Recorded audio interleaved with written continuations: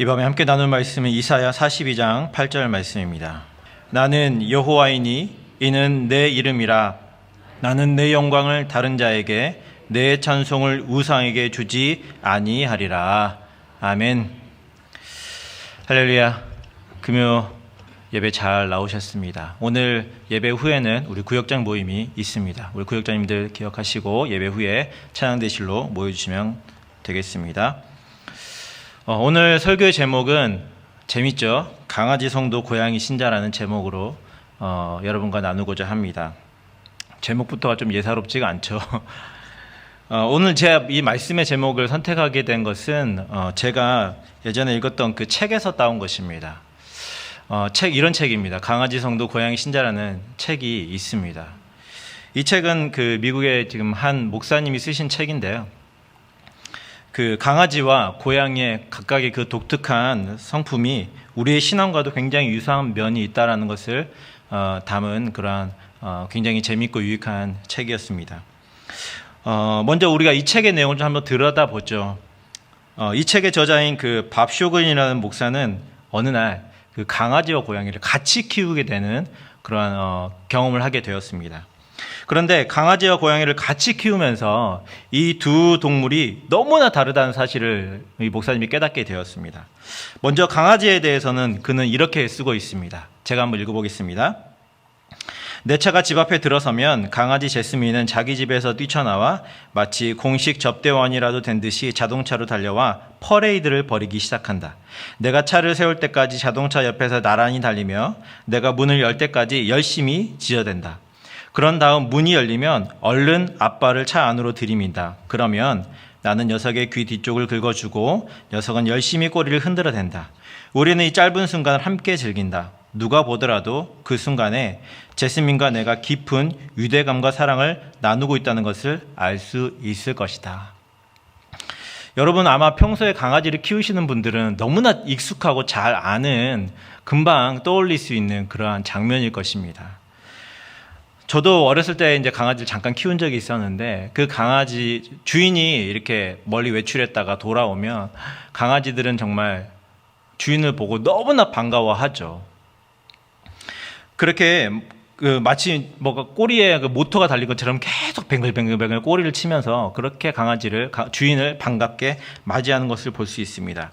그것만으로도 주인된 우리는 참 기분이 좋아지죠. 그 강아지를 보자마자. 이렇듯 강아지에게 있어서 주인은 자신의 전부예요. 여러분 반면에 고양이는 어떨까요?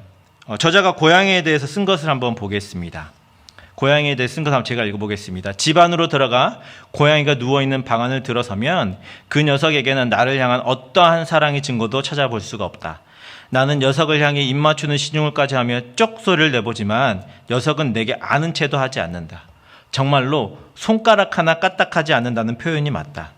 녀석이 내게 보이는 유일한 동작이 아는 채 하는 동작인데 그것은 내 쪽으로 걸어와 자기 머리를 내 다리에 대고 표시하는 것이다. 이것은 친구, 당신은 내 거야 라고 말하는 녀석의 의사표시다. 그렇지만 녀석은 곧 내게서 떠나서 다른 의자에게도 똑같은 표시를 한다. 나라는 존재가 고양이에게 겨우 따뜻한 피가 흐르는 의자로 전락하는 순간이다. 고양이의 삶에 겨우 의자만한 의미로 격화된다는 것은 정말 자존심 상하는 일이 아닐 수 없다. 그렇습니다. 고양이에게는 이 주인이라는 개념이 없습니다. 친구와 또 부하만 존재를 하죠.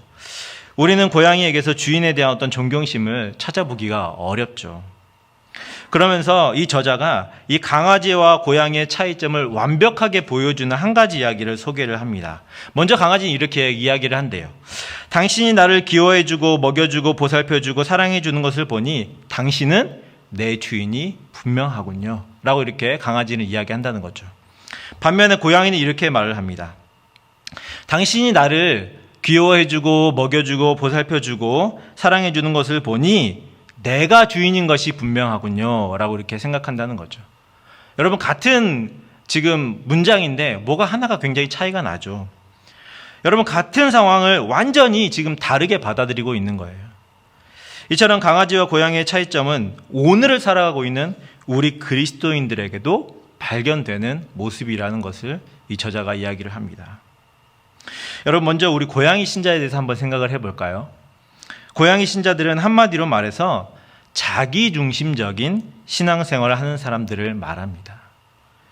신앙에 여러 방면이 있죠. 그런데 이 고양이 신자들의 모습은 자기중심의 신앙생활을 한다는 거죠. 어떤 모습이 있는가? 먼저 구원에 관해서 고양이 신자들은 이렇게 생각합니다. 예수님께서 십자가에 달려 돌아가심은 자신을 위해서 행한다는 사실에 주목을 합니다. 나를 위해서 했다라는 것이죠. 그리고 자신을 구원하기 위해서, 자신에게 생명을 주기 위해서 십자가에 달려 돌아가시고 부활하신 그 예수님을 주목한다는 것입니다. 이들은 자신들이 구원받기에 합당한 자들이라고 생각을 합니다.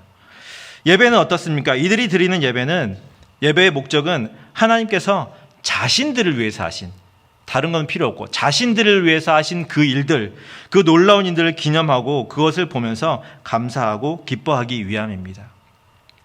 여러분, 이것을 좀 뒤집어 생각해 보면 자신을 위해서 행하지 않은 것, 나에게 유익되지 않고 나와 관계된 것이 아니면 전혀 기뻐하고 감사할 이유가 없는 것이 이 고양이 신자들의 특징이라는 것이죠. 여러분, 이 고양이 신자들의 기도는 어떨까요? 이들의 기도는 대부분 자신들의 필요를 위한 기도에 머물러 있습니다. 자신과 자신의 가족, 자신의 친구들, 자신이 출석하는 교회, 이것이 기도의 범주가 거기에 머물러 있는 것이죠. 모든 게 나와 관계되어야 그 사람은 기도할 수 있는 사람입니다. 물론 이러한 기도 제목이 잘못된 것은 아니죠. 그런데 이들의 기도의 내면을 들여다보면 대부분 자신들의 편안함, 자신들의 안위를 위한 것이 대부분이라는 것입니다. 편안하게 신앙생활 하게 해주세요. 그러다가 편안하게 천국 가게 해주세요. 이게 고양이 신자들의 특징이라는 것이죠. 여러분, 여기까지 들으시면서 어떤 생각을 하셨습니까? 제가 예전에 이 책을 읽었는데 이 책을 읽어나가면서 제 마음에 굉장히 큰 찔림이 되었습니다. 마치 내가 걸어온 신앙의 모든 여정이 이 고양이 신자와 같다라는 생각이 들 정도로 너무나 제 신앙의 그 범위가 너무 적었구나, 한정되어 있었구나라는 것을 깨닫게 되었습니다. 여러분, 오늘날 많은 교회들이 이 고양이 신자들을 대거 양산하고 있는 거 아십니까? 증거가 무엇이냐면 주일날 담임 목사님이 올라와서 설교를 하죠. 그런데 특별히 이 죄에 대해서 설교를 하고 또 회개에 대해서 강하게 설교를 하면 그 다음 주에 어떤 현상이 일어나냐면 갑자기 성도들이 썰물처럼 빠져나가는 거예요. 없어져요. 죄에 대해서 강력하게 지적을 하고 회개에 대해서 얘기를 하면 이 고양이 신자들이 앉아있다가 기분이 나쁜 거예요. 아니 왜 갑자기 그런 설교를 하는 거야.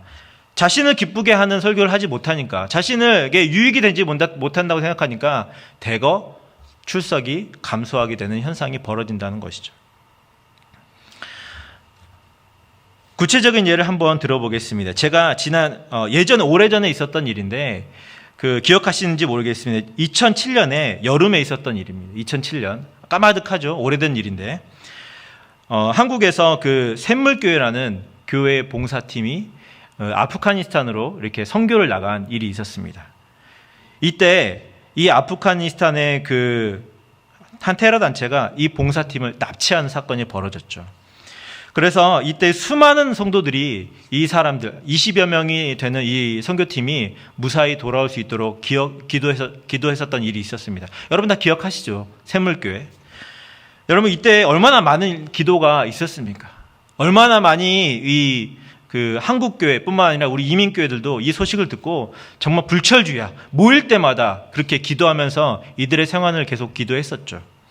그런데 여러분 한번 생각해 보세요. 정작 여러분 12억에 달하는 이슬람 사람들이 지금 이슬람의 그 인질로 잡혀있는 그 사람들을 위해서 여러분 기도하는 사람들이 과연 얼마나 된다고 생각하십니까? 12억에 달하는 그 이슬람의 볼모로 잡혀있는 그 사람들을 위해서 지속적으로 기도하는 사람들은 여러분 그렇게 많지 않습니다. 아이러니한 사실 아닙니까?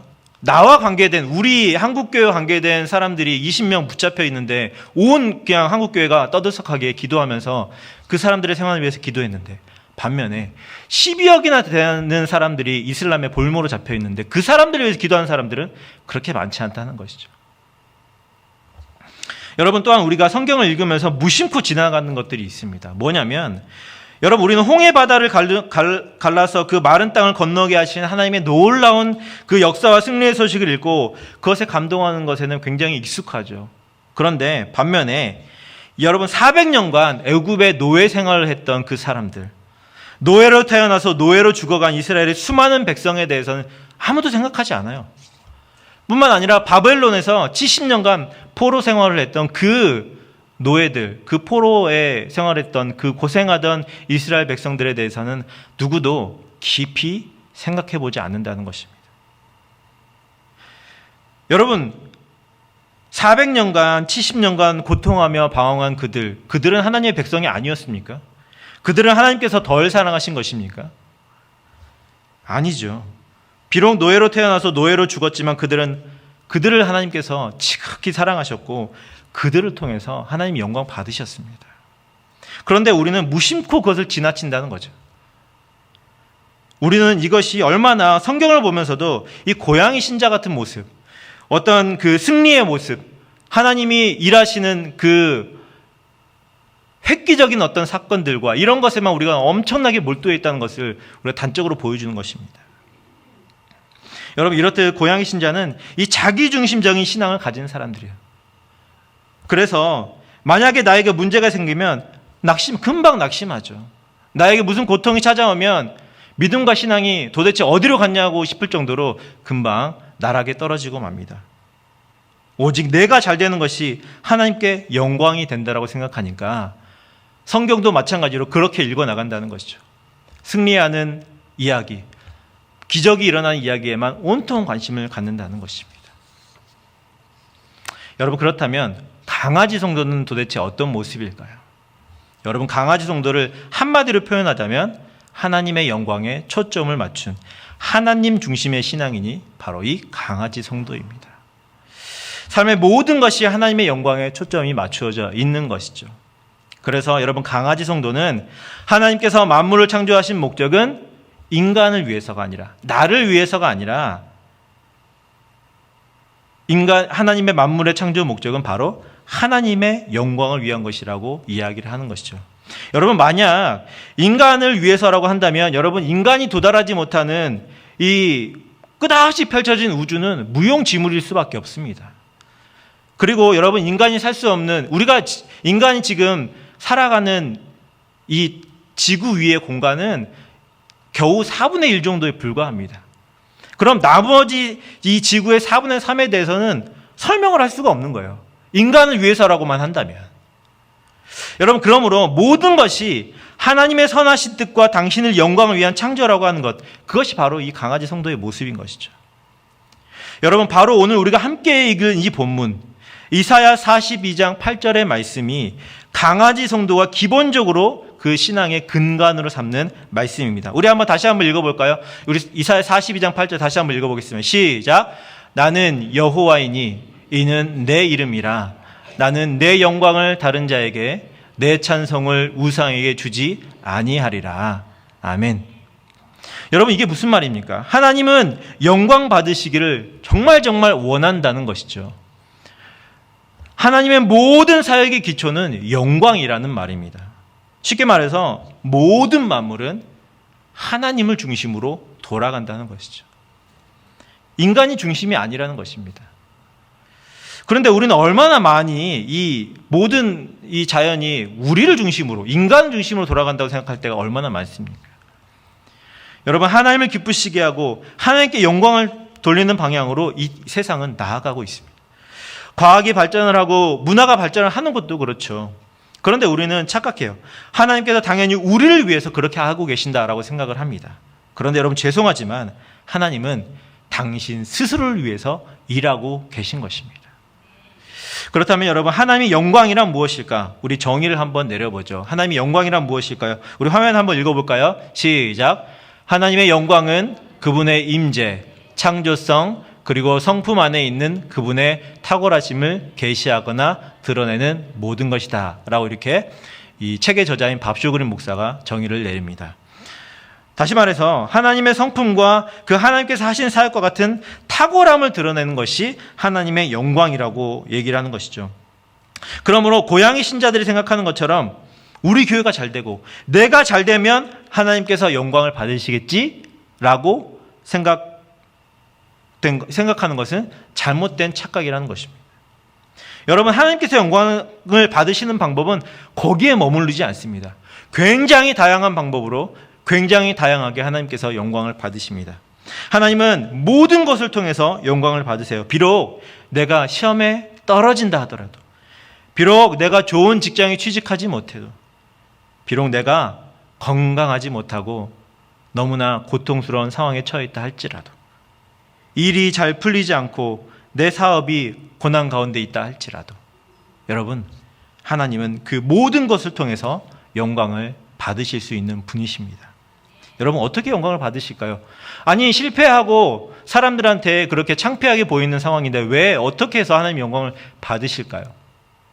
우리가 고통의 순간, 좌절의 순간, 그 실패의 순간, 절망의 순간에, 그 순간에 하나님을 기억하는 것으로 인해서, 하나님을 기억함으로 그 하나님을 붙잡는 것으로 인해서 하나님은 영광을 받으신다는 것입니다. 우리가 고통 속에서 인내함으로 하나님의 영광이 빛이 나고, 우리가 실패 속에서 그 잠재적인 하나님의 승리를 생각하면서 다시 일어설 때, 바로 그때에 하나님의 영광이 빛난다는 사실을 여러분 반드시 기억하십시오. 제가 한 가지 이야기를 소개하겠습니다. 오래전 서부 아프리카에 위치한 그 시에라리온 공화국에서 일어났던 일인데, 그때 몇몇 그 용감한 교회 설립팀이 내전이 연루된 지역에서 이 예수 영화라는 이 영화를 산영하는 사역을 하고 있었습니다. 그런데 그때 상황이 급박하게 악화되었고, 반란군들이 그 지역을 활보하고 돌아다니기 시작했습니다. 그들이 막 영화 장비를 다 숨겼을 때 반란군들이 들어와서 그들 가운데 4명을 체포하고 노예로 징발을 해갔습니다.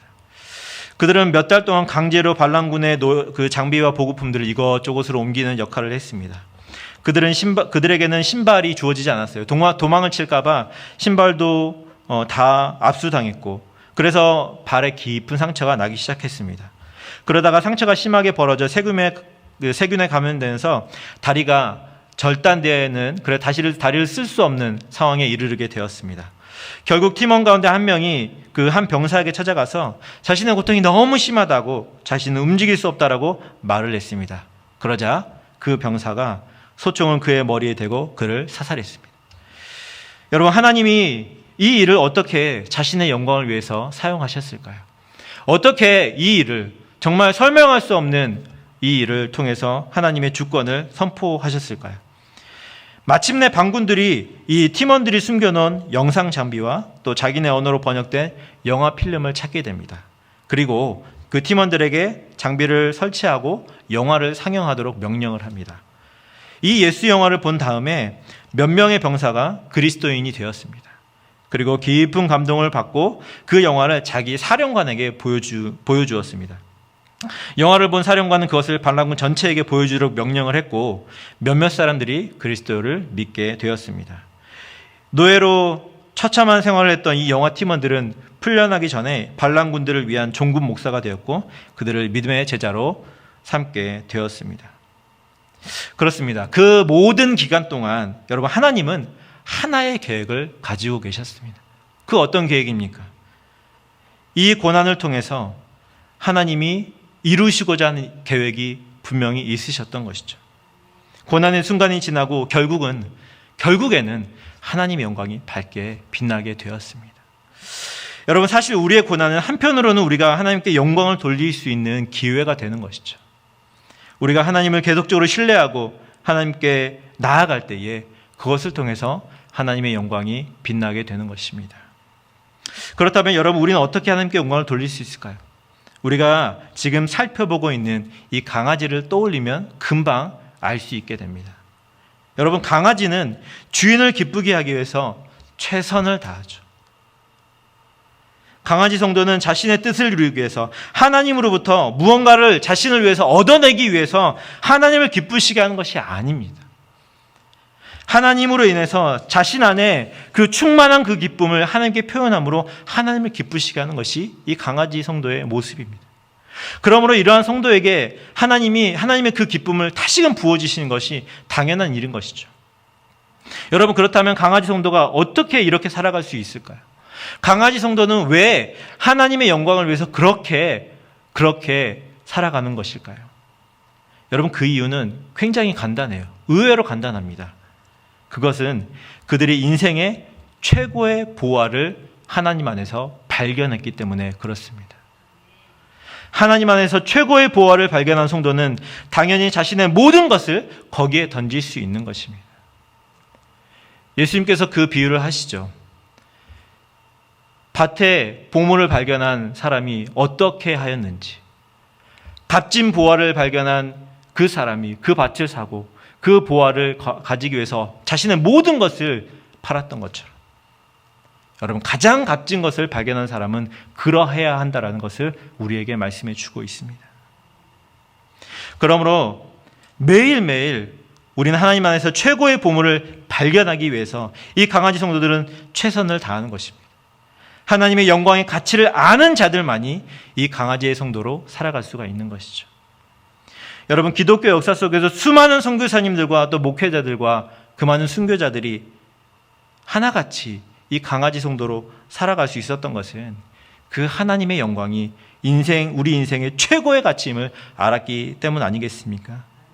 여러분, 우리 모두가 바로 이러한 멋진 강아지 성도가 되시기를 축원합니다. 여러분, 그런데 여기서 우리가 한 가지 기억할 것은, 그러면 고양이 신자는 뭔가 잘못된 거냐? 이렇게 물어볼 수 있겠죠. 여러분, 아닙니다. 고양이 신자가 잘못된 것이 아닙니다. 그들이 틀린 것이 아니에요. 단지 부족한 것입니다. 덜 성장한 것이죠. 이들은 성장해야 되고 이들의 신앙이 확장되어야 합니다. 그래서 강아지 성도로 나아가야 되는 것이죠. 말씀을 정리해 보겠습니다. 부흥회 때 우리 백정호 목사님이 우리를 향해서 해주셨던 그 말씀과 우리가 오늘 제가 여러분께 드린 말씀이 좀 연장선상에 있는 것 같아요. 무엇이냐면, 여러분, 목사님이 하셨던 그 설교 내용 중에 기독신앙과 기복신앙의 차이점에 대해서 얘기했잖아요. 바로 그것입니다. 강아지 성도는 기독신앙을 가진 자들입니다. 그러나 고양이 신자는 바로 기복신앙의 성도들인 신자들의 모습인 것이죠. 여러분은 강아지 성도가 되고 싶으십니까? 아니면 고양이 신자에 머무르기를 원하십니까? 우리 시간 옆 사람을 좀 보시면서 이렇게 좀 축복했으면 좋겠습니다. 강아지 같은 성도가 되십시오. 강아지 같은 성도가 되십시오. 좀 더 과격한 표현이 있는데 그건 제가 차마 강단 앞에서는 제가 할 수가 없는데, 강아지 같은 성도가 되시기 바랍니다. 여러분, 이제는 우리가 이 강아지 성도로 좀 업그레이드가 될 때가 되지 않았겠습니까? 언제까지 우리 가족, 우리 교회에 머무시겠습니까? 이제는 하나님의 영광, 하나님 나라에 초점을 맞추시는 모습으로 나아갔으면 좋겠습니다. 여러분, 만약 하나님께서 그리스도인들이 잘 되는 것만, 그리스도인지 뭔가 성공하는 것만으로 영광을 받으신다면 하나님의 영광을 받으시는 경우는 아주 한정적일 것입니다. 그러나 하나님은 우리가 고통받는 가운데 인내할 때 영광을 받으시고, 하나님을 위해서 모든 우리의 자존심과 명예를 다 내어 던질 때 더 큰 영광을 취하신다는 사실을 기억하시고, 우리 모두가 이 강아지 성도를 업그레이드 하셔서 신앙생활에 참된 만족과 기쁨을 누리시기를 주님의 이름으로 축원합니다. 가장 좋은 길로 날 인도하시네.